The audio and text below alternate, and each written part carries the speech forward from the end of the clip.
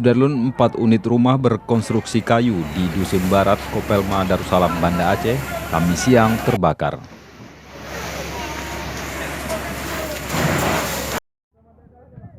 Tiga diantaranya termasuk kos yang dihuni belasan mahasiswi, bahkan rata dengan tanah. Sementara satu lainnya ikut terkena imbas. Beragam informasi berkembang terkait sumber api, mulai dari arus pendek listrik hingga dari dapur salah satu rumah.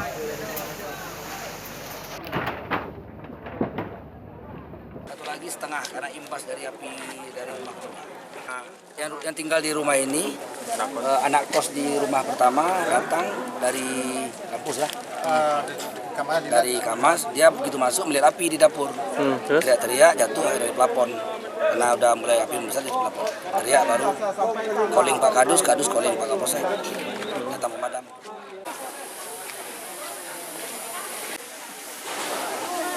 Sementara itu pihak kepolisian yang melakukan penyelidikan mengamankan sejumlah kompor minyak tanah yang terbakar. Dari Banda Aceh, Muhammad Nasir, Serambi NTV.